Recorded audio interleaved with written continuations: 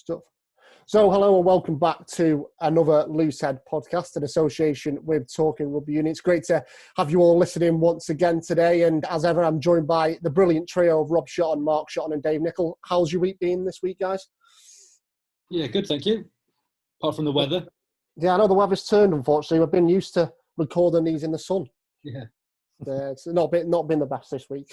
So great to have you with us again, guys. And obviously last week we had Amber Reid on the podcast, which was great to speak to her about her experience of winning the World Cup with England and her journey in the game. And we also released a special sort of shortened version of the podcast with Sale 1861's Nikki Cowell and Catherine Crane. So we haven't seen listened to any of those, over the last couple of days. They are now available on LooseHeadz' Instagram and Facebook page and Twitter page. You can find the link to those, which are really worth listening. And with Sale Sharks in mind, we thought we'd get to the current men's squad involved on the podcast. I'm delighted to say Sam James and Denny Solomona join us over Zoom today. Lads, how are we today? Yeah, good, thank you. I don't know why you complain about the weather either. I've just planted grass in. It's perfect for it. Keeps the birds off and hopefully it'll water it nicely for them. I've seen you being busy in the garden, Sam. How's it all looking? Yeah, well, it's all right actually, because I buy them all like pre-potted and stuff like that, so they look good as long as they're planted now. And in a couple of weeks' time, when they all die off, I don't think it'll look so good. So. I was going to say, lads, how has isolation been for you both? Because I imagine you've missed each other dearly. Me, yeah, I think Sam probably less as much as I do. I miss him, but it is what it is. Don't start that. Honestly, there's not a day go by that I don't think about Denny. Everything reminds me of him. The wind whistling past just reminds me of running down the wing. I hear the clapping every night for the NHS, just reminds me of going to celebrate one of them. It just gets to me. Oh, you're unbelievable. Because I noticed, Sam, you also picked Denny as your assistant head teacher if you had to go back to school. I noticed that on Facebook. Well, yeah, I didn't want to give him too much responsibility because I feel like head teachers are sort of not sort of friends with everyone, whereas your assistant head teacher he has the perfect balance to both. He's strict and you respect him, but he's one of your friends as well as your pal as well. So I thought that role suits him perfectly. Oh, he's coming out with the compliments, mate. Oh, jeepers. When you're locked up, mate, you've got to give love. Because obviously you guys must have missed rugby massively over the last sort of couple of months or so since you've been in lockdown, and Sam more than most really, because I know you've hardly missed a game for Sale over the last sort of 12 to 16 months, other than your obviously injury. Yeah, it's weird. Obviously miss playing, but more just running around kicking the ball with your mates. So it's quite hard getting yourself up every morning and trying to get yourself out to run, especially on the roads and stuff like that. But hopefully it won't be too long before we're all back in training, and you got to take everything as it comes. We had a meeting with Sale before, just trying to pre-plan and get everything in order so that when we do go back in, we hit the ground running rather than waste time. Yeah. Will either of you be back into Fat Club when you go back? Hopefully not. No, I've only been there once. Yeah. It's obviously great to have you on the podcast, guys. And as we always do on the LooseHeadz podcast, we introduce our guests by talking about their involvement with the foundation to begin with. And Sam, if I'm right in saying, to start with you were one of the first LooseHeadz ambassadors that Rob and the guys got on board initially. Yeah, way back when. I can remember them pulling me for a coffee in Cafe Near in Old Edge. But it's crazy to see how things have taken off since then. I mean, I obviously don't see myself as kind of a selling point for them, but I was happy to get involved. But the ambassadors they've got involved in now and the way they're spreading the word across so many different platforms and like we are now on a podcast, it's incredible to see. And was sort of Sam a natural pick for you, Rob, when you were first deciding who to get on board with? Yeah, obviously I was very fortunate to play in the same team as Sam back at school. So, through that we became very good mates. But yeah, like Sam said, when we sat down with him, LooseHeadz wasn't even really born. It was just an idea in our heads. But Sam, being the guy he is, he just said, "Yeah, I'm in." And credit to him, he got Mike Haley on board. He got his brother involved and Denny too. So yeah, fantastic to have him on board. Yeah, and Rob mentions there about sort of getting that people like Denny involved. So obviously it's great for you, playing for Sale and pulling on that shirt every week. But does it also give you immense pride that your teammates are getting involved with the foundation like LooseHeadz, because they're spreading the message of mental health awareness, which is now obviously a wider thing in society as well? Yeah, of course, and everyone's happy to help. It's not sort of a chore that I have to pull teeth out and try and get people involved. People want to help because it's such a massive thing in the game right now. I'll obviously rely on different people and try and mix it up to spread the word as far as we can and try and get people like Jono involved and stuff like that. But again, I can't speak high enough. Denny does so much more than me in mental health, sort of as a broad spectrum, and I think getting him involved was a massive thing, not only for me but for LooseHeadz as well, because he's so passionate about it. Yeah, and Danny, just on what Sam said there, I know we had a chat last summer at Carrington about sort of the brilliant work that you've been doing to raise awareness for mental health within Sale, and obviously LooseHeadz is a massive part of that work that you do as well. So why was it important for you to play a role in helping spread that awareness for people who may be struggling? It's because I went through it. I know the struggles, I know the climbs, the ups, the downs, everything to go through with mental health. And the way Sam approached me about it, I think it was at the right time as well. Obviously, I probably prior to that, I wasn't ready to say anything. I probably was still a bit, I was still a bit scared. I think I was scared on coming out myself, on how I felt throughout my process, throughout my journey through that time, and still throughout this period as well. Being in lockdown is quite tough, but LooseHeadz was a great opportunity. We ended up going through a photo shoot as well. And I think what Mark was saying that day really hit home, I think, and how they've incorporated into rugby as well is a big thing, is that because in rugby, you've got this whole identity of being a rugby player and of being so macho and not being able to tell and show your feelings. And I feel like the way LooseHeadz is attacking this stigma within rugby, starting with Sam and getting you probably the most bubbliest guy ever to be their first ambassador, I think it's great.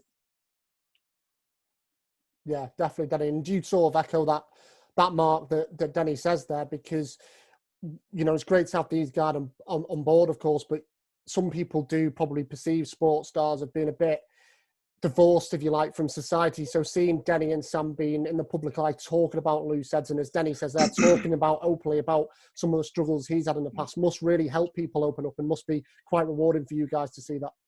Oh, absolutely. I mean, as Sam said, we kind of put his arm up his back and made sure he wasn't going to leave with his dog out of that coffee shop. And he, to be fair to Sam, he just said, "Look, whatever you need, whenever you need it, I'm there for you." And when we did the photo shoot, he let's be honest, we mere mortals, we live in admiration and adoration of these people called superstars, and they are. And when he told us Denny Solomona was coming down, we were all a bit starstruck. The reality is, he's an absolute superstar on the pitch, make no bones about it, and we will talk about that try, because I want to know about how you score a try like that. I want to know how you score a try. But actually, I had a chat with Denny just one-to-one, and he speaks very simply about his own trials and tribulations, about something that affects every single one of us. And if we don't think it affects every single one of us, we're all lying. And actually, to get somebody of Denny's stature on board with LooseHeadz just promotes everybody. It makes it all okay to talk. And that's a massive message. We've had some people approach us that we never thought we'd get into. Young girls, self-harming, people who don't know if society likes them or they like society. And just to get somebody like Denny's character on board and make it okay to open up to people is a massive fillip for us. Massive. Yeah, and Dave, since sort of Sam and Denny have got involved, I mean, it must be again rewarding to see these two players who are at the top of the game for Sale, but they're conducting themselves unbelievably well in support of LooseHeadz. Yeah, it's absolutely incredible. Like you say, you've got two amazing players on the pitch, and then you get to a photo shoot with them, or you get on a podcast like this, and they're just normal blokes. You know, it'd be like going down the pub, having a few beers, having a chat with them, but there's no way we'd be anywhere near where we've got to without the support of guys like Denny and Sam. And on that, Dave, does that make it easier when you do have characters like Denny and Sam to say to them, "Oh, do you mind just helping out with this?" Because you know they're never ever going to say no to helping out things completely, like this. And it goes on another level then, that people see that these guys are human and they're largely just like me and you, other than maybe sort of some of Sam's steps and Denny's finishes that us mere mortals couldn't possibly hope to get anywhere near. But you know, off the pitch, they're just normal blokes. You know, they go through the same ups and downs. They crack jokes. You know, they're not afraid to tell you when things aren't 100%. Definitely, Dave. And Denny, I mean, we joked at the top of the podcast about sort of your relationship with Sam and how that's grown since your time at Sale. But I know you've talked about Sam in the past, about how much of an influence he was when you first joined the club, because you were going through a difficult time, like you said. So to have someone like Sam to introduce you to your new surroundings, if you like, must have been a massive plus point to help you through that tough time for you. Yeah, definitely, because obviously everyone knows about the controversial move, everything about it, the ins and outs ended up coming out. And coming into Sale, it was that young schoolboy feeling of going to his new school or starting his new year, you know, going into a new class. It was exactly the exact same as a feeling that at the time it was. So I was going into Sale, and Sam James, Mike Haley, and luckily I knew Josh Charnley a bit. So I had them, and they were kind of like, just straight away, immediately made me feel like home. And for me, it goes a long way. I know that people like that, you rarely feel people, like not only meet people, but feel the energy that they give you. Is that, like Sam just said to Mark and Rob in Cafe Nero, that whatever you need, he's going to be there. And that's exactly what he's been like as a friend and as a brother, that on and off the field, he's always there for me. And luckily the first year that I got there, I think he was the one giving me all the tries that ended up giving me my debut. So, you know, I think there's a lot that goes into it, on and off the field. And yes, Sam James has been a real big part of it. Yeah, and that togetherness ethos that you say there, Denny, I think is exactly what LooseHeadz is about. So I think if Mark, Rob and Dave don't mind me speaking on their behalf, I think you're both, Sam and Denny, a credit to the LooseHeadz Foundation, and it's brilliant work that you guys have been doing. And obviously all the work that you do is on social media, so people can get involved and keep supporting you guys. But if you don't mind, we can go on to your careers now in rugby. And Sam, if we don't mind starting with you, I mean, we followed your journey incredibly closely because of where we are from in the world. But how did rugby begin in your life? How did you start thinking, right, rugby is something I would like to pursue as a career further down the line? It wasn't until quite late, you know. Obviously, I've loved playing rugby, and I started really young.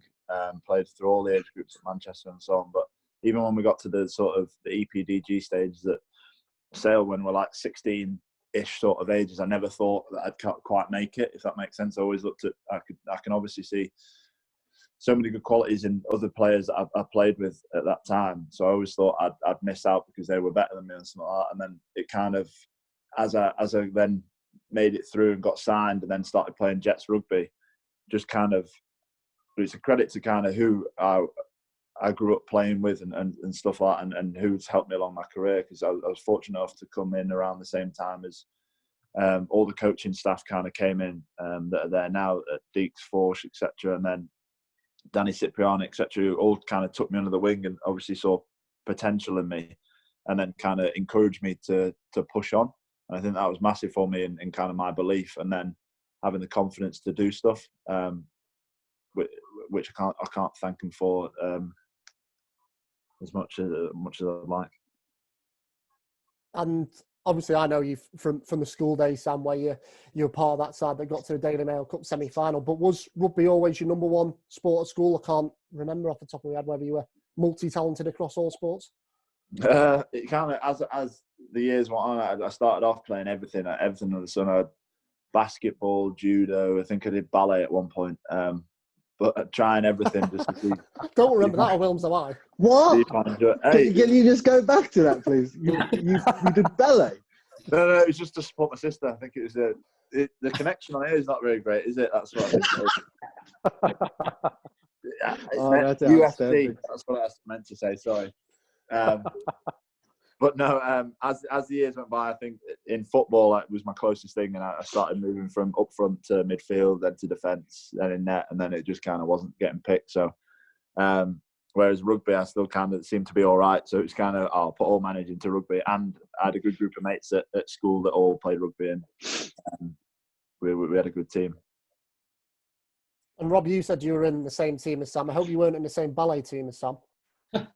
No, I was very fortunate to play fullback in that team in a very, very good Wilmslow High School team where I think Sam played 12 and Ethan at 13. Was that right, Sam? Yeah, I think so. Yeah, I remember sort of watching him do something spectacular on the pitch and sort of aimlessly following him around, thinking I'm never going to get the ball here, and then out of nowhere, I'm in a load of space with the ball with it in my hands, and it's all because of Sam's brilliance. So I'm sure you can relate there, Denny. Oh, 100%, mate. And I think that's why, I think his ballet courses must have paid off for him.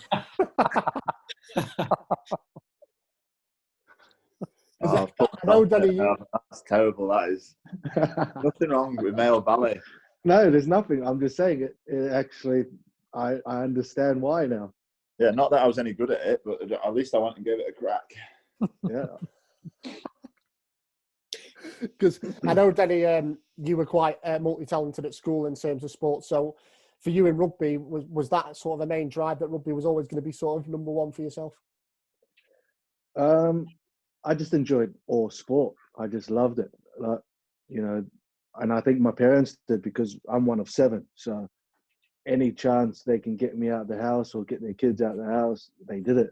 So I'm like, Mondays and Wednesdays, I was doing some training for, I was doing track at the time, athletics, and on Tuesday, Thursday, we were doing rugby. Friday, I was doing some random stuff. I don't know. I can't even remember, if I'm honest. Not ballet. But nah, definitely not. I should have. But and then I think we were playing touch rugby. Anything to do with a ball, I was into. I was just keen on throwing myself into it. And Sam, in terms of your development, I know Manchester is a club close to your heart. I know Mark won't like me saying that, because he would have loved to have seen you pull on the Wilmslow Wolves jersey, but Manchester is still a major part of your life. And I saw obviously the picture of you running the line for the second team. So how much have you wanted also to give back to the club that sort of helped you hone your skills when you were younger as well? Yeah, obviously, again, it's something I kind of stumbled into.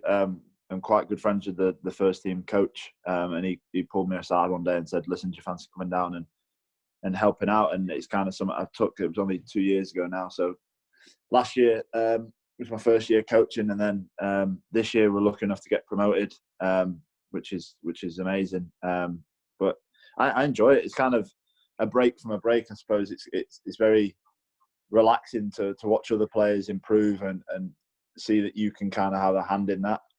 Especially with Manchester, they've taken to the sort of shape that I've provided really well, and they're playing some good rugby. And we were planning only last night about next season. I'm actually quite excited to get down and start pre-season training with them. Mark, it would have been a dream to see Sam pull on the Wilmslow Wolves jersey, though, wouldn't it? Absolutely.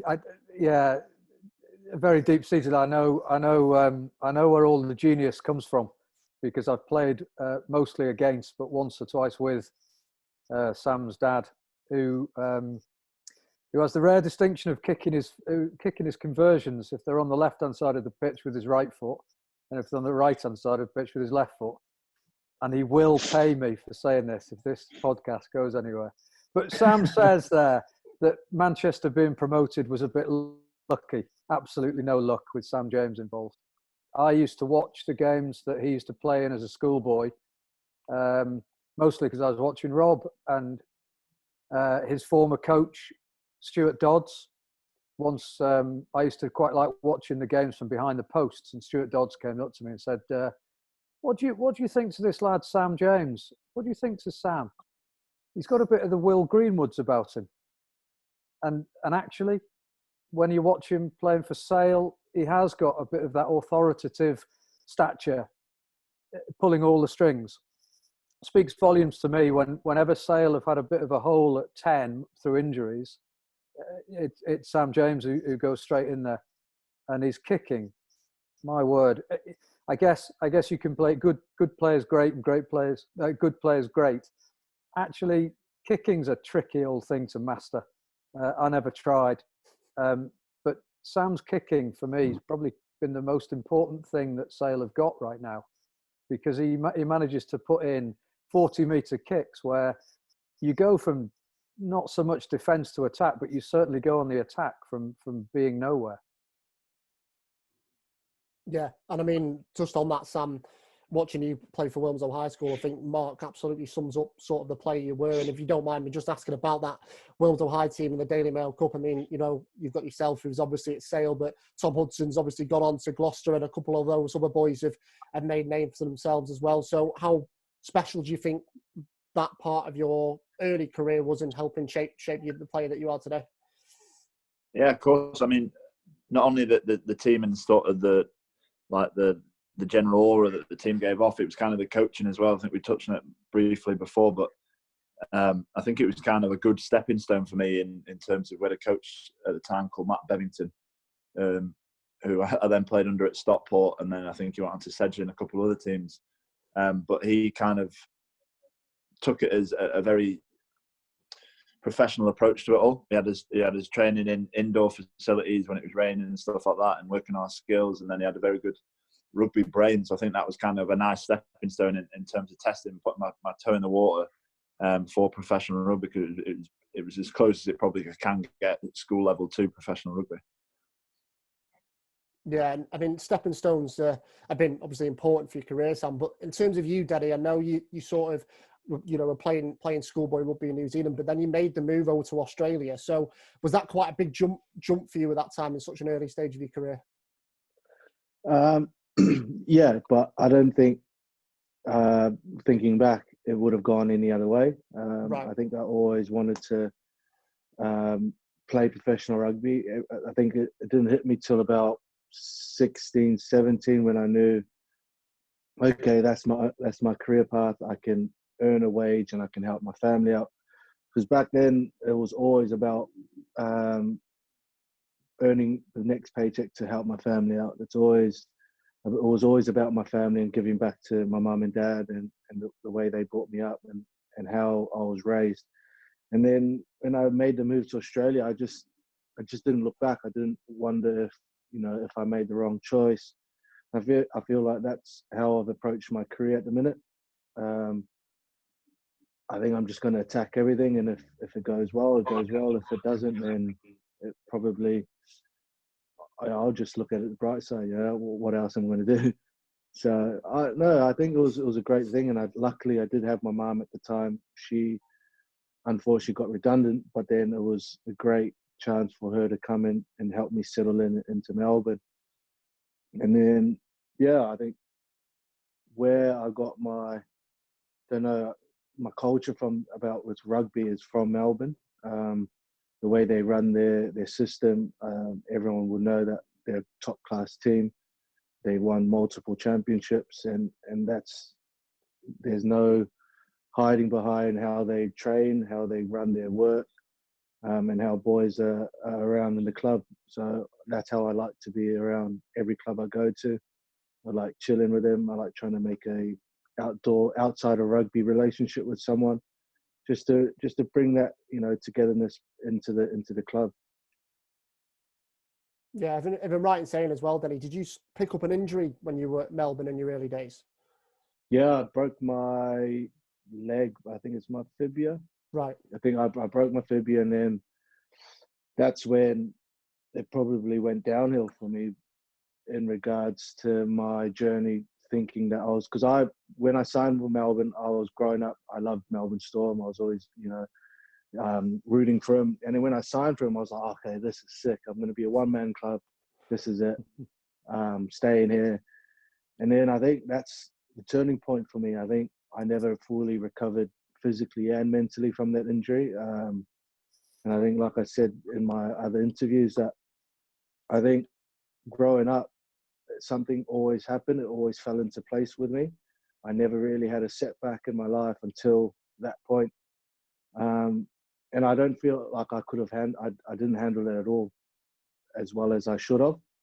And then we ended up parting ways, me and Melbourne. And that's when I signed for London Broncos. And originally I thought, oh, okay, I'm just going to play 1 year for London Broncos and I'm going back. And then I ended up getting the news that Melbourne didn't want to sign me again. And that was devastating because obviously I'm halfway around the world with no family, and everyone that knows me knows that I'm very family orientated. I love my family. I love being close. And that kind of shook me up because I was halfway around the world. I can't just nip to my mum's. I can't just nip to my brother's. And that kind of, it didn't hit me till I went back home in the off season, and it was just tough. It was horrible. Yeah. And how much, it's a tough experience for you, Denny, but how much have you learned from that time, and how much have you grown as a player and a person since that difficult period for you? Massive. I probably up till, not long ago, I was still making the same mistakes. I was still making a lot of mistakes off the field. So it was more of a repetitive behavior that I was repeating. The same cues that I was probably ignoring from outside. But I learned from him, and that's the only way I can try and see the good side of it. I've learned my lessons, and I'm trying to implement a better structure in my life at the minute, and it seems to be working at the moment. Yeah, we talked at the top of the podcast, and you mentioned about your move from Castleford to Sale, and we won't go into sort of the politics behind it, Denny, but in terms of your drive from going from league to Union, what was the main ambition for you? Was it just as simple as a new challenge?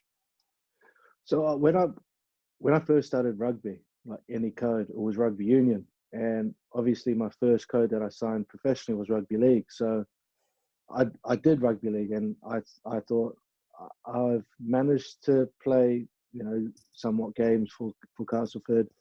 I felt like I was hungry for something new. I was a bit complacent. After that year, I just felt like I needed something new. I wanted a change in my life. I needed a change in my life. So Sale were, one of the teams that were open to signing. And, I thought, there's no better way to try and test myself and get back to the sport that made me fall in love with rugby than rugby union. So, like, it happened. I just, like I said before, I dove in and I went 100%. And like I said, I think having the guys like Sam and Denny at the time was very helpful, because when I came in there was no egos, there was no nothing, there was no hierarchy that some teams could have, and some workplaces in general can have, that do have, but Sale didn't at the time. And I was very grateful that I came at that time, and it just happened to work out. And Sam, in terms of Denny coming to the club, his move was obviously in the public domain, and it was in newspapers, on Sky Sports News, on TV, etc. So as a club, I mean, you probably do it anyway with any new player coming. Did you want to make that effort to make Denny feel as welcome as possible? Because as Denny has alluded to there, it was such a tough period that all his news was being broadcasted to everyone. Yeah, I think as a wholesale do a good job in kind of recruiting, and they don't kind of recruit guys with big egos or anything like that, and it makes for a good workplace. But Denny spoke about it before. It's kind of the energy that people bring, and I kind of go with that, if that makes sense. So he obviously came in. We've got very similar personalities, laugh about the same things, and like to have a joke when it's the right time, possibly the wrong time most of the time. No, we sort of gelled together straight away, and credit to him, it makes it easy for people to like him. Everyone gets along with it not only everyone, but everyone gets along with Denny, and I think that then transforms the pitch, and it helps us want to kind of play for each other and want to give each other tries, and in my mind, that's what makes a great team.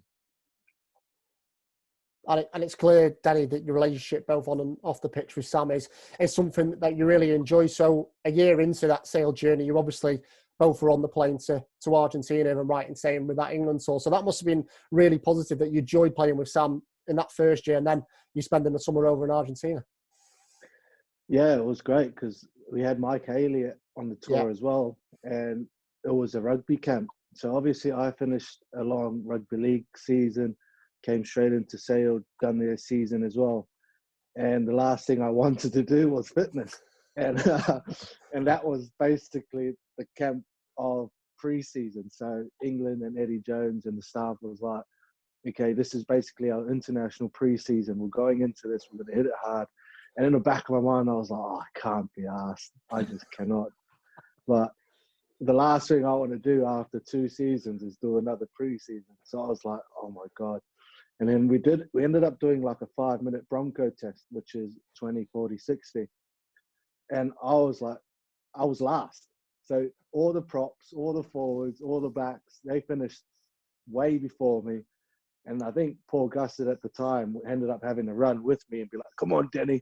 He's only done 1 rep. So he's fresh. So he's sprinting, trying to make me sprint after him. This is my last rep. I was dying. And then like and at the end of every session and beginning, I was glad that I had like Sam and Mike, because we'll go into a quiet corner. We'll sap about training. We'll be like, my God, boys, how are we going to survive tomorrow? But we'll play cards, and that's what kind of took everything out of the way, like mentally, because we're there just being lads, just having a cracking jokes, having multiple hot chocolates because it was free, and playing cards. And I think that probably, and that's probably why I talk about it a lot by having Sam James and coming over, because that transition period, Sam was probably the person that kind of helped me through that phase, because he was there in the dark days of international preseason, which was bloody grueling, and on the plane, because I don't know if it's just me, but you know, camps can get lonely. You know, you're flying away with effectively a bunch of strangers, because technically you won't know them personally. You won't know them on, I don't know about the other guys, because they must have grown up through 18s, 20s, and you know, now international. But for me personally, I was traveling with a bunch of strangers, and only the people I knew was Sam James and Mike Haley, and you know, the boys that traveled, which was I think the twins at the time as well.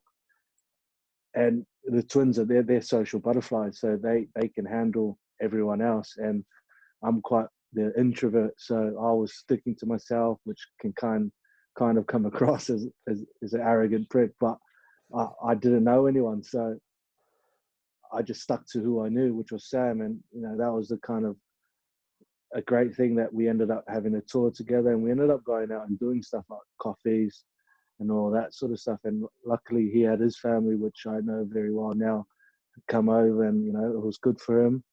And you know, I think the tour in itself was great, because I think we both kind of grew as a player, and we, like I said, relationships off the field tend to, you know, correlate to relationships on the field.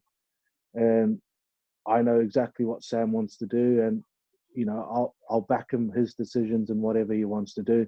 It's probably only like one time out of how many games that I've ever blown up at Sam, but we've got a great relationship, and I think, you know, we kind of know each other's games now, and we'll always, if we've got to move together, we'll always talk about it. I'll always be like, oh, I'm on your inside, I'm on your outside, just leave it there. And he's always just trusted me, and I'll trust him. So I think the trust factor between me and Sam is probably up there with most of the players I have. Yeah, Sam, if I'm right in saying, was that sort of your first taste of an England camp and England experience, or were you involved earlier in the year? I can't remember. No, it was my first. I played one game for England in the 19s, I think, and then I got called in. I obviously went to Saxon's tour, which was opposite ends of the spectrum. But I think I've been to one or two training sessions when Mike got involved in the Six Nations stuff as just kind of filling in and giving numbers for training and stuff like that. But no, it was my first tour, and just to back up what Denny said, it was just, I agree with him in terms of it's nice having someone there that you know, and it's where our relationship kind of took off, because I think it was like a 4 or 5 week pre-season camp, and one of the hardest pre-seasons, probably the shortest as well, but the hardest I've ever been through. And I can remember literally we were counting down the days towards the end of it until we were flying out to Argentina, and we could play some rugby. But no, it was so nice. I think again, it's one of the major things that gets you through those sort of situations is, like you said, sitting in all the little dark corners in the lobby, trying to hide from everyone and stay under the radar, but play some cards, try and steal all the chocolate biscuits from the coffee counter, have a few too many hot chocolates. And you talk about the tough sort of pre-season there, Denny, but I know you've spoken openly about your debut as well for England. It was quite a mixed day for you, if that's nice, the nicest way to put it. Oh, that's an understatement. It was the worst and best debut I've ever had. And it's hard, but it's hard to talk about it because it's a bittersweet feeling. Like I was glad that I made my debut, but it was sad because I knew in the background, like the boys like Sam that didn't get the chance to make the debut. It was basically a 10-week or 12-week pre-season. So when we were playing, they were up 6 o'clock in the morning getting drilled, and I was just like, and it was great, but I knew it was a bittersweet feeling for me to make my debut, and knowing that the talent Sam has, and in that squad, he could have made his debut there as well, and that it was a bittersweet day, like on and off the field emotionally, because my mom and dad surprised me that week as well. I didn't know that they were coming, so they were there for that game. I missed two tackles that led two tries, so it was hard. It was tough, like mentally trying to stay in the game and not let my emotions at the time get the better of me, because I wanted to hook myself. I wanted to put my hand up and tell Eddie Jones to bench me again, to send me back on the bench. But no, I think I just knew whatever opportunity came my way that game, I needed to take it, and I just needed to close my eyes and just run as hard as I could. And luckily that opportunity came. And to be fair, I honestly can't remember it as much. So when the video came out, I did have to watch it, because all I remember is hitting into one player and then trying to sprint for the try line. So that's basically all I can remember. But yeah, no, it was a great opportunity for me to, test the waters and see what international rugby was like. And it's a tough game. You blink and a result will happen. So if you make one small mistake, which in club rugby will probably save you a bit later on, but a split decision can, turn the game on its head, and that's what it did. And Sam, how much is that experience from a few years ago still giving you, the drive to try and get that place in the England squad? Because where you play, it's such a position which is so talented. So for you, do you still have that same ambition and drive to try and represent the country if the chance comes along?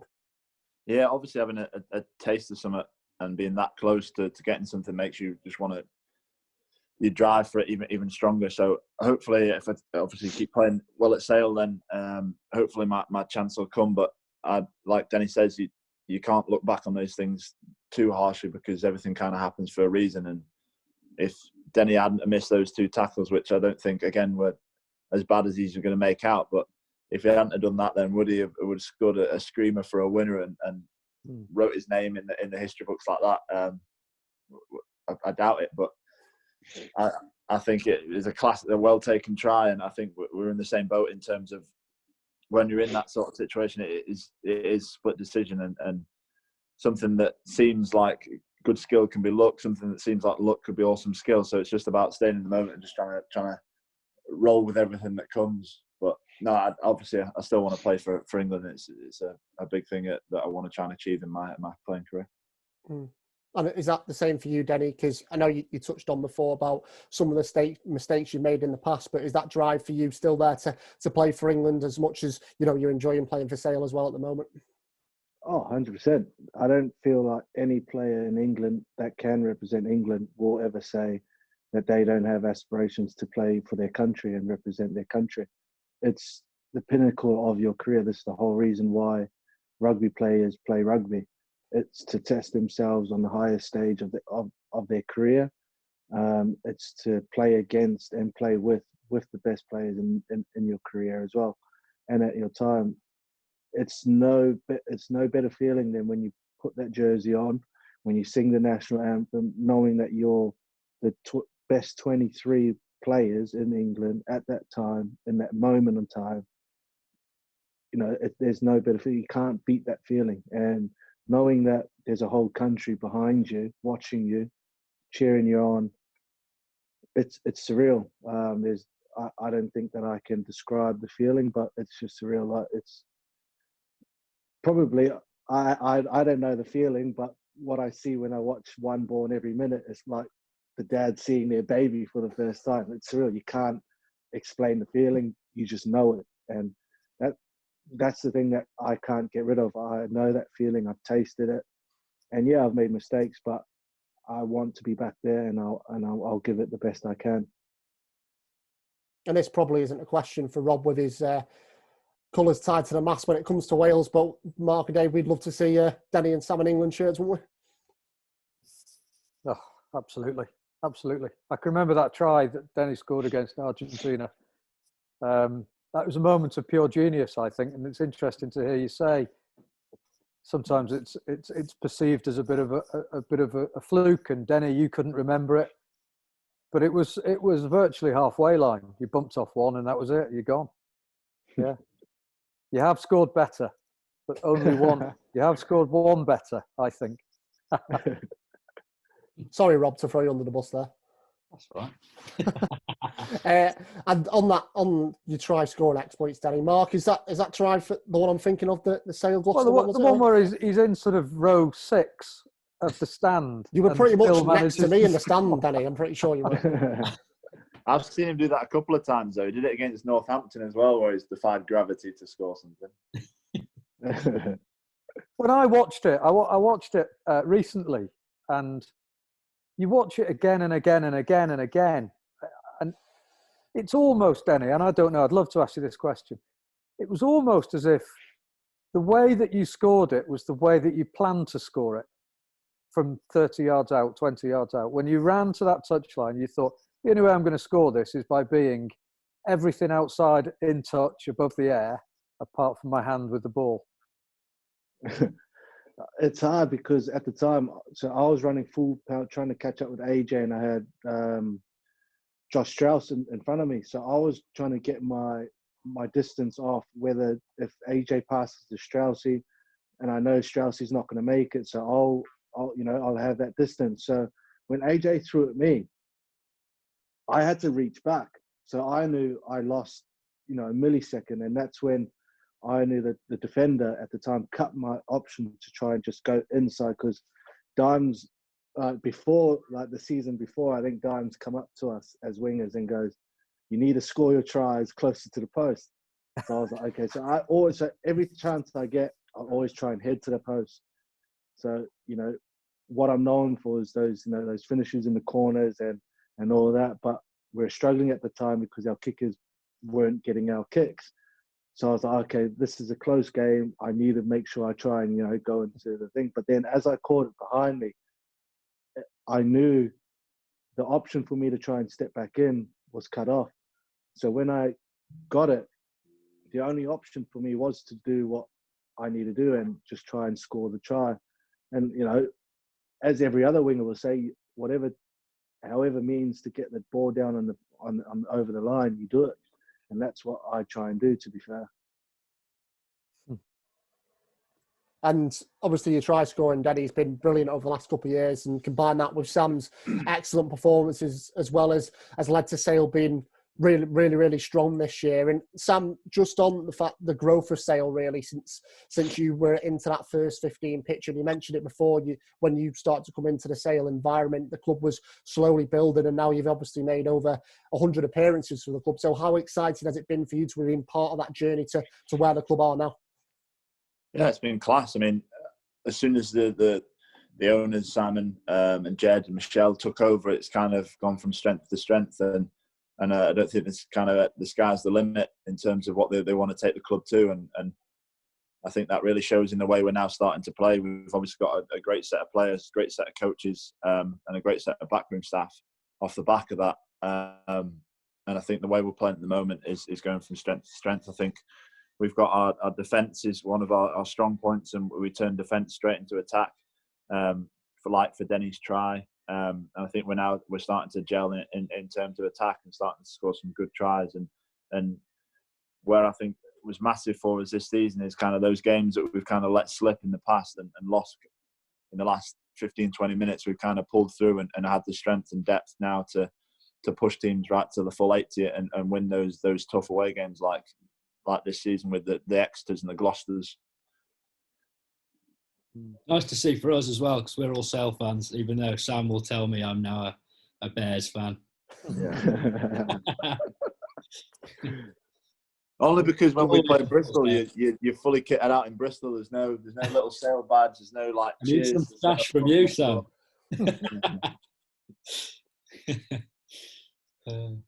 And just on Rob's comment there, saying we're all Sale fans, Sam. I mean, if I'm right in saying you were a ball boy, is that right? Edgeley Park in the year they won the Premiership? Yeah, I think I did a season and a half, 2 seasons back when they were at Edgeley Park, ball boy, freezing my knackers off on a cold Friday night, hammering it down with rain. But no, I enjoyed it. Obviously, if you grow up in Manchester, you're obviously going to support Sale Sharks. So I had all the posters, all the shirts, stuff like that, and I think everyone wanted to play for them when they grew up. So it's a massive privilege for me still to be doing that. And you mentioned sort of the squad depth there as well, Sam. So, you know, you can have your superstars that play in the World Cup, but it must be pleasing for you to see that Steve Diamond and the club are investing heavily in this homegrown talent as well, because you keep seeing players from the Northwest region getting a chance in the first team, whether that's in the Premiership Cup, or even in Europe as well. Yeah, I think that's a credit to kind of the National League teams and the way that the mini and juniors are set up all over the Northwest is kind of to bring through those talent and really nurture them and get them to that level. Not only the players that are still playing at Sale now, but the lads that have left, there's probably can't even count them on one hand now. The Mike Haleys, the Will Addisons that have gone on to play for Ireland, and Tommy Taylor doing amazingly at Wasps, as well as Rob Miller, Tom Cruise, all local lads, which is amazing to see. And Mark, we're invested in Northwest Rugby, so it must be great to see role models like Sam and this young talent coming through at Sale to be the next generation of role models for these lads who are playing on a Saturday afternoon, whether it's at Wilms or Altrincham, Kersal, etc. Oh, absolutely. And I think there's what the recent maybe 4 or 5 years has shown is that Sale have generated this conveyor belt. The clubs associated with it, any bright shining star knows that there's a route through. And Sam is living proof of that, as is Luke. There are some that would say that Luke's a better player than Sam. I'll leave that to Denny to decide. I've never heard him say that to me. No, Sam's a great player, but I think Luke's better looking. Yeah, that's what it is. Yeah. That's what pips in my head. He looks good while he's doing it. That's the thing. I look terrible. I'm the Phil Jones while I'm doing it. So it's not doing it well. Oh yeah, because I agree with Sam. Like the depth that we have in our team. Yeah, we have a lot of international players come in, but we also have a great mixture of young fellas coming in. So we've still got speaking from a back three perspective, we've got Aaron Reid from Wigan, we've got Tom Roebuck as well. And there's just the two. So we've got, Connor Dock, we've got Kieran Wilkinson, Tom Curtis, Ruffy, Gus. And there's no better player to learn off for them than AJ McGinty, you know, Faf de Klerk. You've got, you know, Marlon Yard there as well that they can learn off, you know, Byron McGuigan. And the midfield, there's no better midfield to learn off than, you know, Sam James and Ron van Rensburg. And just to touch on Lukey, he's probably the strongest, youngest kid I've ever met. He's weird. Like, you look at him and you think, oh, this guy, I'm just going to run straight over him. And he ends up throwing his body in front and he ends up stopping you, or he makes a break through, you know, 4 defenders, like Quins, for example. The footwork on him and, you know, the power and strength to come out of such a small player, it's incredible. And, like, I think it just runs in their family. They're just weirdly, like, fanatically good. The postman was amazing. You should have seen this. He's a physical specimen. See the size of his legs, mate. No, mate, but yeah, no, Sale's doing great. I think we're in a great position as a whole, as an organisation, as a, you know, a pathway for grassroots rugby to you know, to come through. And it's not like any other teams that we just go and bulk buy. Yes, we've bulk buyed a lot of South Africans, but they are class South Africans. They, you know, they, like we said, we don't want to buy anyone that is a detriment to the way we want to be as people around the club. We want to recruit players that will come in and add their own personality into the club fair, but they're also no egos in our club. Mm-hmm. I think we get along very well with everyone, and no one's really creating, you know, any groups here and there. We all try and mingle in together. One question I have for both of you is any observer of Sale over the last 3 or 4 years has seen the emergence of 2 incredible back row players who are twins, as you alluded to earlier. What are they like? Yeah, what are they like? Training with, playing with, being around? Training, they're 100% all the time. I think that shows in the way they play. That they want to play very game realistic, so they want to be 100% all the time. And I think that'll show in the way that they play. That they had obviously world-class players, both of them. I don't think Ben kind of gets the credit he deserves, because he's going to be, or already is, a world-class player. That's on the pitch. Off the pitch, the weird people. Not that weird. They're both very funny individuals, to be fair. They're you know they're in a room if they're there.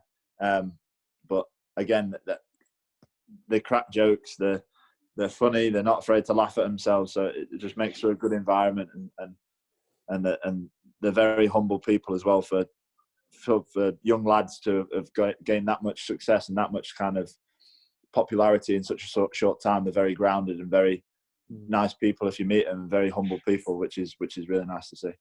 I heard one of the last probably 2 or 3 games before this enforced end of the season, or maybe truncated season, and Ben Curry was not playing. He was I think he might have been injured, and it was the presentation of his 100th cap for Sale, and Steve Diamond is, you know, what Steve Diamond says, it goes. And he stood there with the microphone and he said, dropping a player is quite tough at the best of times, but the worst person I ever have to drop is Ben Curry. Because when I drop him, he's in my office with his notepad, asking me why, writing it all down. And then the next day when he's an opportunity to put that right, he's there knocking 7 bells out of people. Is that what he's like? Yeah, definitely. I think Sam just said that as well. Like the way they approach the game, they're all like, as every rugby player is a student of the game, but they're a next level. I think they live and breathe rugby, and whatever Ben Curry does or whatever Tom Curry does, they try and I think that's a great thing to have a twin, is they're always competing. They're always trying to better each other, and even a brother, you know. It's great to have, like, because when Ben Curry and Tom approach a training session or anything to do with rugby, they're there and they're switched on. But anything, every time it's like not rugby related, they're the weirdest but funniest people I've ever met. But I don't know how them two can be in society, if I'm honest, because they're just the weirdest people ever. But they no, train I think hard. They do so many extras, like do extras before training. They'll obviously the training session. They'll be in the gym afterwards doing the session, and they'll go home, eat, and then they'll be in the gym later that night. And they want to be like the biggest and the best and stuff like that, which is a drive that anyone can aspire to. Yeah, it's like Ross Harrison. Like Ross Harrison's also like that. He's a freak. They're always doing extras on extras on extras, and they're just never giving up. And Ross that's will be why Tom pre-season as well. We obviously get divided into groups for pre-season. Like all the front five will run together, all the half-backs and back three centres, etc. And Ross will be right up there with the centres and the back three running MAS as far as us. And he's one hell of a fit bloke. It's a struggle to keep up with him. He's freak. And just finally on Sale, guys, obviously we're in an unprecedented time at the moment with coronavirus, and you guys were going obviously extremely well in the Premiership, second in the table, and obviously we're looking forward to a Premiership Cup final against Harlequins at the AJ Bell as well. So how eager are you, Denny, to see the season resume in any format, if at all possible? Well, I've never, like anyone that knows me, I've never been a big, rugby fan. Like every time I finish training, that's it for rugby. I'm done with rugby. But at the minute, I just can't wait. I'm so excited to get back to the boys. Just get back on the pitch, like Sam said, kick the ball around, just have a laugh. I think I'm going to go up to every single person and hug them as well. Like, you know what I mean? Like instead of shaking their hands, I'm just going to hug all the boys. But no, for playing wise, like I think I can say this for everyone. I'm bloody excited. Like I cannot wait to lace the boots up again, because that's the reason why we play. Is we love it, we enjoy it, and that's what I want to get back out there doing something I enjoy, and doing it with good mates. And Sam, it'd be nice for Sale to put a trophy in the cabinet after I think it's 14 years since the last one. Yeah, well, and as well to have a home final, which is massive for us. And I was gutted when it got called off. I think it was supposed to be the last sporting event before lockdown happened. And I was gutted when it got called off. I was in a soak for a couple of days, but no, I'm buzzing that it's going to be happening, and it'll be buzzing to bring some silverware to the club. Not only that, I hope we finish the season, because if we can, we were in such a good place, good position, and like I said, those sort of opportunities don't come around too often. Beating Gloucester, beating Exeter away, and having such a good home form is hard to emulate in such a tightly fought table. And I think as Sale fans, we'd all want the season to resume, and we'll all hopefully be down at the AJ Bell for that Premiership Cup final, whenever it may take place. But I think from the normal serious rugby chat now, we'll go to the best part of the podcast, led by Mark, and it's your all-time 15s, guys. These should be very, very interesting listening. Oh, jeepers. Mark? So, fellas, the drill, the premise is that the Martians have landed. They've challenged Earth to a game of rugby. We've lost the toss, so it will be on Mars in 4 weeks' time. The shuttle leaves tomorrow. You've got to select your best 15. I've only given you 3 subs. And then, given that you've both played rugby all over the place, I want your best manager, coach, 2 different positions, obviously, your water boy and your kit man. And given that you two are both, I think, quite jouet. If it's on, let's go for it. I don't think you'll need to select the 1, 2, 3, 4, 5. You'll just have to focus on the backs. But I'm fascinated to hear your selection. So come on. This is a joint Denny Solomona, Sam James, best world 15 ever to play Mars. Come on, Denny, you can start us off, mate. You go. Who have you got? Oh, wow. Can I start with the backs first then? Yeah, obviously in Mars, I obviously know Mars quite well. I played there a few times before. But it's kind of like what's it called? A hot tub time machine. So you can bring players back, can't you, from previous years to their younger days. You can have any player from any era or any gender. That's what I thought from last time I played there. You go, Denny. So I just wanted to check that before we kicked off. Okay. 15, I'll have to go with Christian Cullen. Bear in mind, this is going to be quite biased because I grew up in New Zealand playing rugby there. That's all I knew. But obviously coming in, my knowledge is wide, and so just bear with me. So 15, Christian Cullen. 11, the one and only Jonah Lomu. Number 14, I'll have to go with the Billy the Kid. I'll have to go with Jason Robinson. Then I'll have to go with Sam James, Tana Umanga. I'll have to go with Dan Carter. My number 9 will be, cheapest, it's a tough one. And I'll have to go with Faf de Klerk. And number 8 will have to be Jerome Kaino. My number 6 will have to be Jerry Collins. You don't want to mess with them too. Number 7, the one and only Tom Curry. And then at locks, I think I would have to go. Is it Edzabeth? Yeah. Edzabeth. Yeah.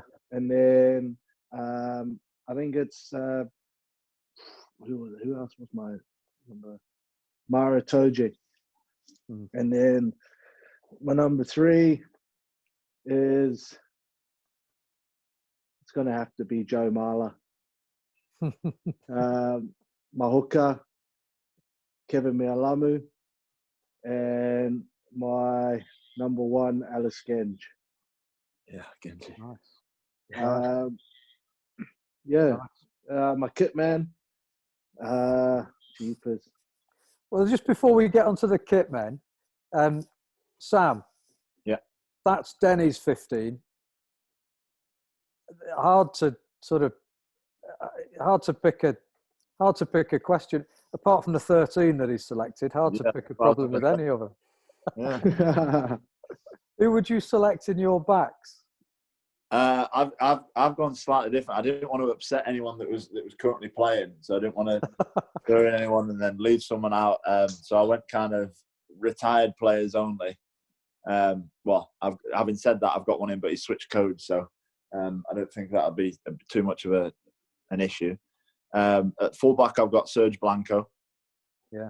Just obviously, and then same as Denny, Lomu, but I've swapped in Habana for Jason Robinson, just as a bit more, I was going to say a bit more pace, but they're probably about equal. But Habana just for his electricity back in the day. In the centres, I've gone O'Driscoll, obviously my idol growing up, with Sonny Bill Williams, because he's one of the best players I've ever seen, just a freak with his offloading skills. I've put Dan Carter at 10, pulling the strings, with Mike Phillips at 9, just because I love Philsy.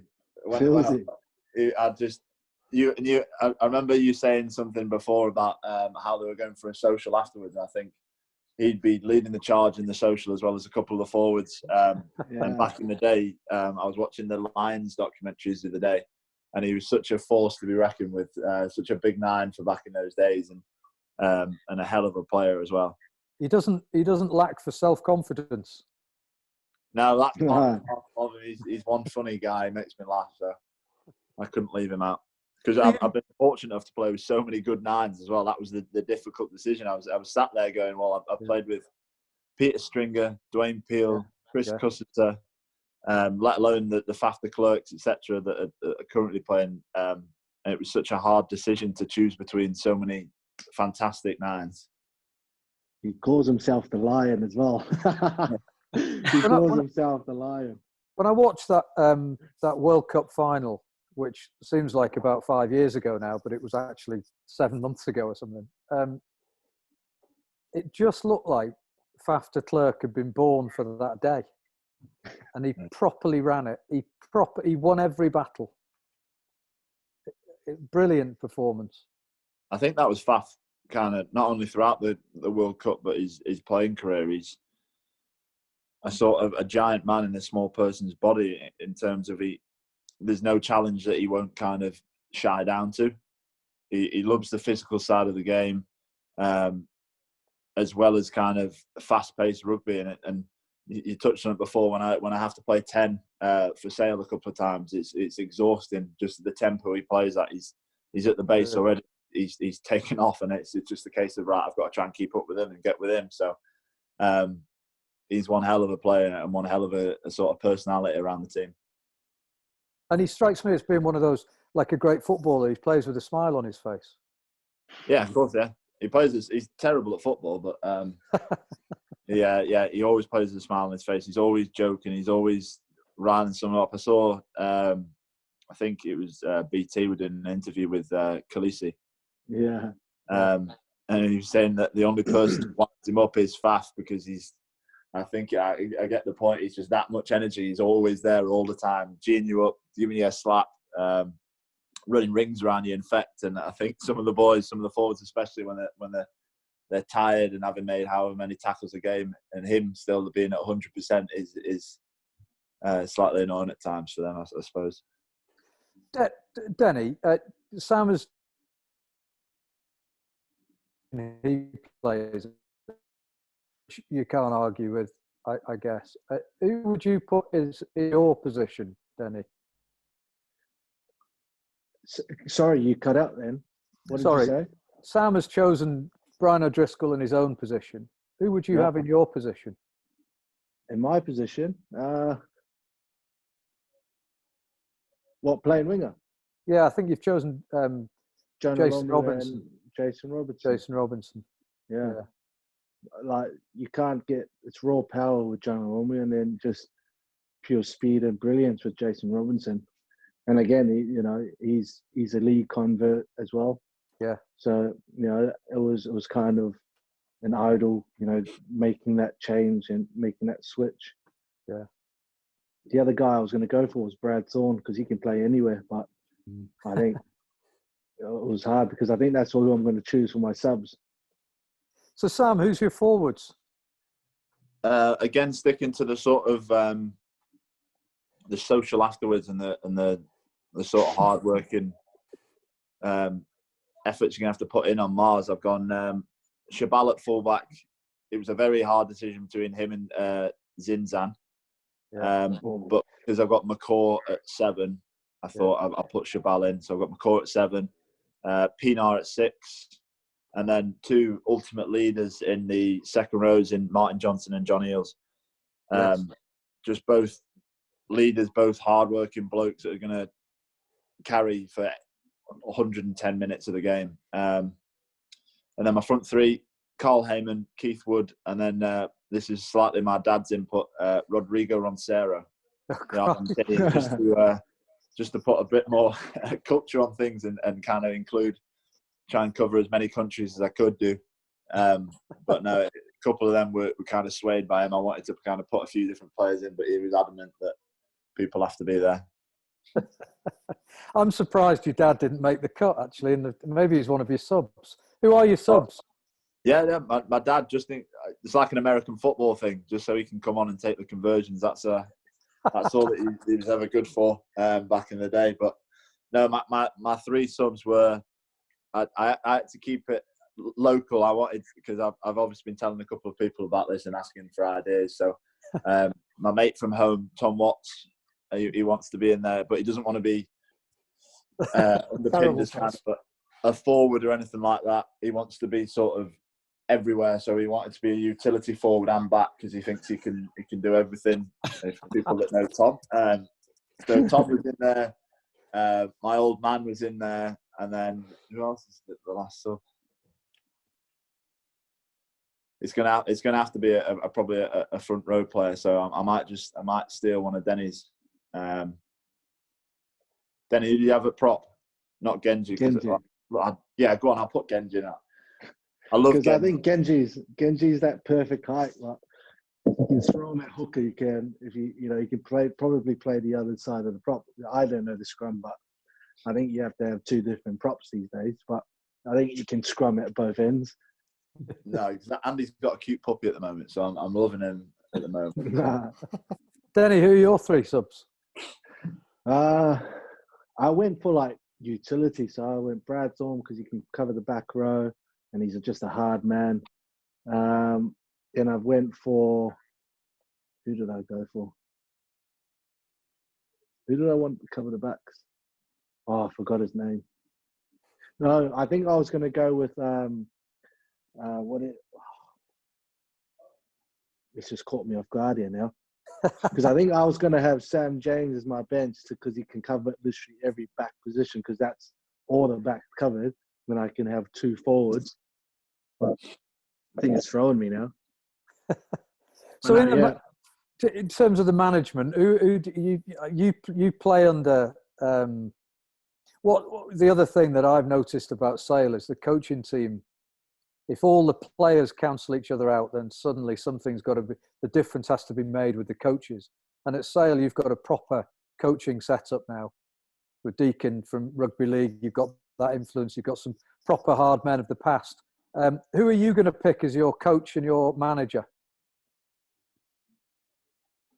I obviously being the I wanted to cause a bit of stir here, and I've obviously chose the best coach, not only now but probably in his time in Pep Guardiola.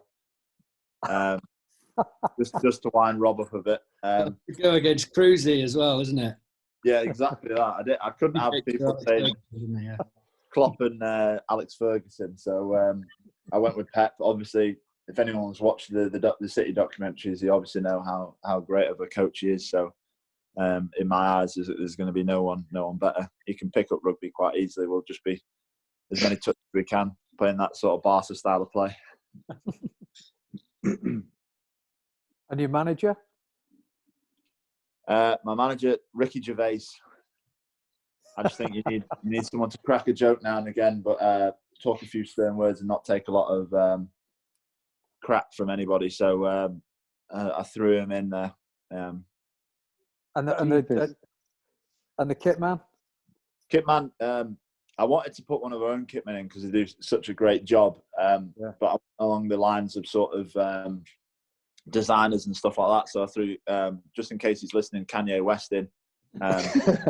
He's not followed me back yet, so I was hoping this. I'm sure he's listening. I'm sure he is. I'm pretty sure he's #1 fan. Yeah, I thought this would be the sort of thing that he could kind of like, oh, sugar. I really didn't see it. I got lost amongst the other millions of followers, so I'll follow him back. So I put Kanye West in there. And your water boy? Adam Sandler. Just for a bit of a Oh, you bastard. Just to deliver the high quality, that's all. Denny, can you argue with any of those three? Any of those four, rather? No. See, I was going to do Adam Sandler as my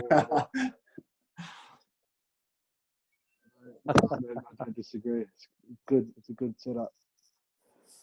Brilliant. Thank you, fellas. That's really genius.